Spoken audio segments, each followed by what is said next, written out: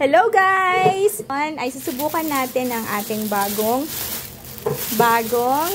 automatic washing machine na LG. So ito ay 8 kilogram po and andito yung mga settings niya. So sa likod andito po yung hose na pag gagamitin para makapaglagay siya ng water. And then andito yung drainage niya. So alisin natin. So ayon sa agent, kailangan laging nakababa itong drainage niya pag ginagamit. Then andyan na rin yung saksakan niya. So isasaksak na natin. Ilagay muna natin ito. Ayan, so nilagay na natin. And then, isaksak na rin natin sa outlet. And then, dahil bago siya, meron pa siyang mga alisin natin yung mga plastic.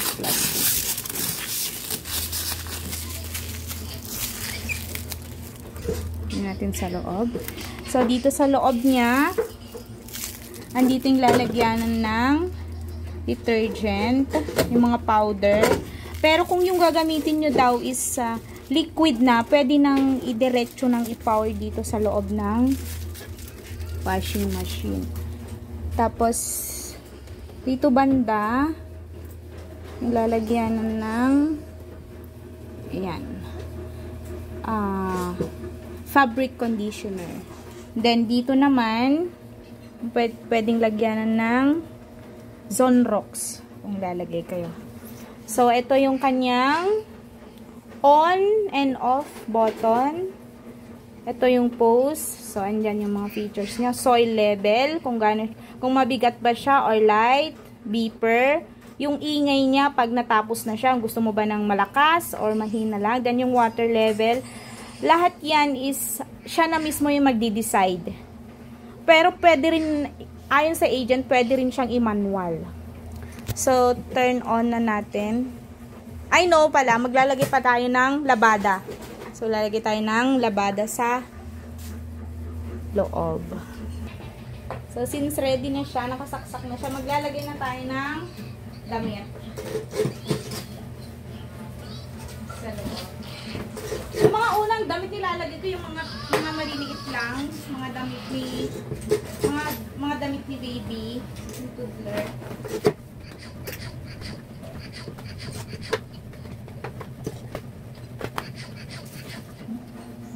So, ayan, nilagay na natin. Hindi ko muna siya pinano kasi since first time ko siyang gamitin. Ayan. So, ganyan lang daw siya. Huwag nyo siyang i-press na ganon. Kung ano yung pagkakalagay nyo ng damit, ganon lang daw. And then, lalagyan na natin ng powder. Maglalagay tayo ng powder dito. Siguro tansya lang natin kung kung gaano kadami yung powder. Kasi sa isang labahan lang naman to. So, okay na yan. Again, yung powder, wag nyong ipo-pour dito ng diretso kasi may lalagyanan naman siya. And then, ito yung fabric conditioner. Lagyan natin. Ito sa gilid.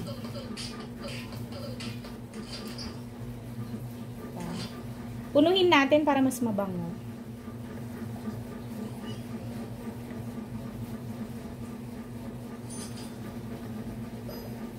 Parang mas magasta ito kaysa sa usual na ano natin. Ayan, so okay na. Close na natin. So ayan, ready na. Meron na tayong powder doon. Nilagyan na natin ng fabric conditioner. So, hindi na natin lalagyan ng Zonrox kasi colored naman yan. So, ayan. I-turn na natin yung tubig niya. Tubig, turn. Then, nakasaksak na yan. Then, power on na natin.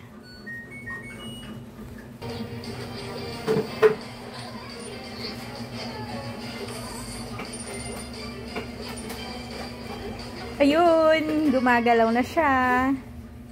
So, ito yung gagawin niya. Wash, rinse, and then spin siya. So, yung water level niya is siya yung magde-decide kung gaano kadami yung ilalagay niyang water.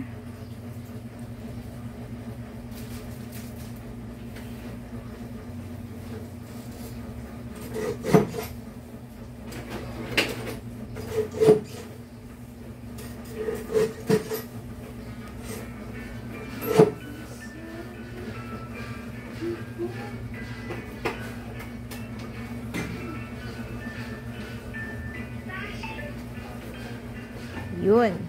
So, yung water level niya is 3. Then, ang wash niya is 15 minutes. Yung rinse niya, 2 minutes. Ay, 2 times. Yung pagbalnaw niya. O, ayan, meron na siyang tubig. Naglalagay na siya ng tubig. Then, yung spin niya is medium. And then, 45 minutes yung overall na. Andun na lahat. So, 45 minutes siyang maglalaba. So, ayan, naglalagay na siya ng tubig. And then, take note, guys, pag umaandar na siya, wag niyong i-open yung cover niya. Kung gusto niyo magdagdag ng damit, is i-post nyo lang to bago nyo buksan ito. Okay, naglalagay na siya ng damit. Ay, damit? Ng tubig.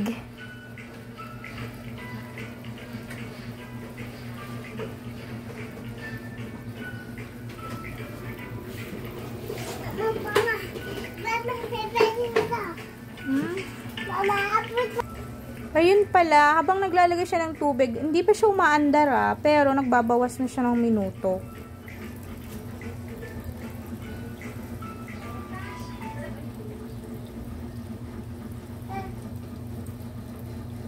So, kasali siguro yung paglalagay na ng tubig dun sa minuto na nakalagay dito.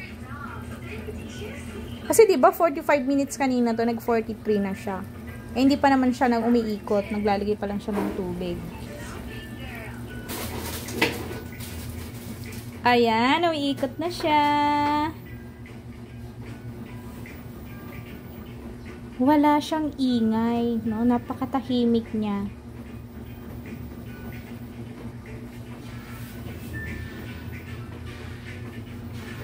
So, mga mami, siguro must have tayo nitong ganitong klaseng washing machine. Kasi, it saves time. Lalagay mo lang siya dyan, bahala na siya mag-wash, bahala na siyang magbalnaw, bahala na siyang mag-spin.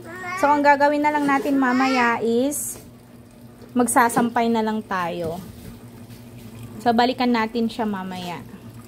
So, 28 minutes na siya, guys, pero nagwa-wash pa rin siya. Hindi pa siya tapos laba. 28 minutes. And 24 minutes. And nagre-rinse na siya. Nagbabalnaw na siya. Balnaw na siya. So, ayun, nagre-rinse na rin yung tubig niya. Ayan, nagbabalnaw na siya. Oh, ganyan pala siya magbalnaw, no? Para siya nag-i-spin. So, maglalagay siya ng tubig and then i-spin niya. Ayan, tapos maglalagay siya ulit ng tubig. Kasi nakalagay na rinse is 2 times. Kaya, yan, 1 time siya na. Isa pa mamaya. Isa pang banlaw. Mama, ano to? Ang cute, no? Hindi na talaga mapapagod pag meron kang automatic machine. Ayun, nasa spin. Nag-spin na siya. In 4 minutes, matatapos na siya.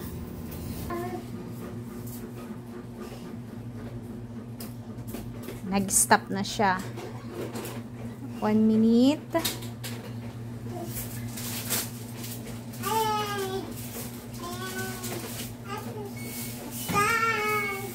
So, ilagay na niya end.